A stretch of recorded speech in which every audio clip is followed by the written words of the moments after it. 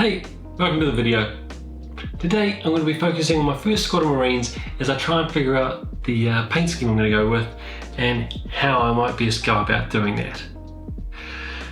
Now, going back about a year, I picked up a couple of neophytes and threw some paint on those just to get a feel for how things might go. I jumped on YouTube, followed a tutorial. It was by a fella who's very well known and loved in the community, and he's got his own brand of paints now. I'm sure you can figure out who that is. Now, it was great. It was a sort of paint by numbers, if you will. I got the base colours in there, a couple of washes thrown in, some highlights on top, and put them on the table. From a distance, it looks like a Black Templar. I can't complain.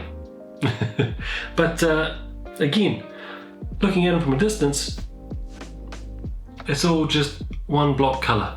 There's nothing exciting about them, nothing that draws you to a certain part of the mini. I want to change that. Luckily for me, there's more than one way to paint a mini. Now, I'm probably going to go with the zenithal highlight route, just to try and add that little bit of light value to these minis. Now, I've got to decide whether I go with the old rattle can method, where you just base coat it black and then hit it with a bit of white from above just to make it look like the sun's hitting it. I can go with the sponge method, where you get those makeup sponges and smack them on just from above just to try and hit those values again. Or you can go with the classic tried and true airbrush. Now, I picked this up a couple of months ago. I haven't quite had the stones to use it yet. Don't want to break the thing. So I picked up an old cheapo $30 one off online, and been having a hell of a time figuring out how it works. Just trying to get that air pressure right, get that right paint consistency, and lastly, cleaning the damn thing so I can use it properly the next time around. It's all been a bit of a fun learning process, but we're getting there. I think it's going to help me as I try and figure out what sort of grey or blue I might want to use as the highlight colour on these Space Marines here.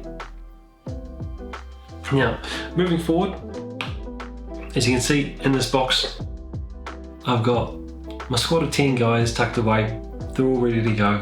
I've got a couple of neophytes in there as well, but we'll come to those another time when it's time to put a Crusader squad together. I'll also have to get a Sword Brother sorted out soon as well. We need a leader in there. But these guys are going to have to wait. I've got to figure out which Crusade I'm going to go on. Looking in the Black Templars Codex, you'll see a page on Crusades and some of the suggested paint schemes that can go with them. Now, I'm probably going to go with the classic Armageddon Crusade. That is your stock standard paint scheme that you see on all the box art everywhere. I think it looks quite nice. It's tried and tested, looks really good. But I'll probably do the old squad here and there of the old Heimdall Crusade further down the line. I really quite like them. They've got the gold trim on their shoulder pads and the red tab arts. They look quite nice. They look quite cool. Being cheeky, I also may jump on and do a little bit of the old John Blanche now and again, be that some yellow power weapons or veterans weapons thrown in the mix as well, just to add a little bit of variety. Well, with that decision out of the way, hopefully I can finally start putting some paint on these models. I hope you join me in the next video where I put these guys on their painting handles, break out the airbrush, and honestly probably struggle my way through the first couple of coats as I figure things out. I'm going to do a bit of practice on some of the free miniatures of the month that you get from the store. Hopefully that goes well, and we see a good result on this first squad as I make my way through them all. But until then, take care, and I'll catch you in the next one. Bye.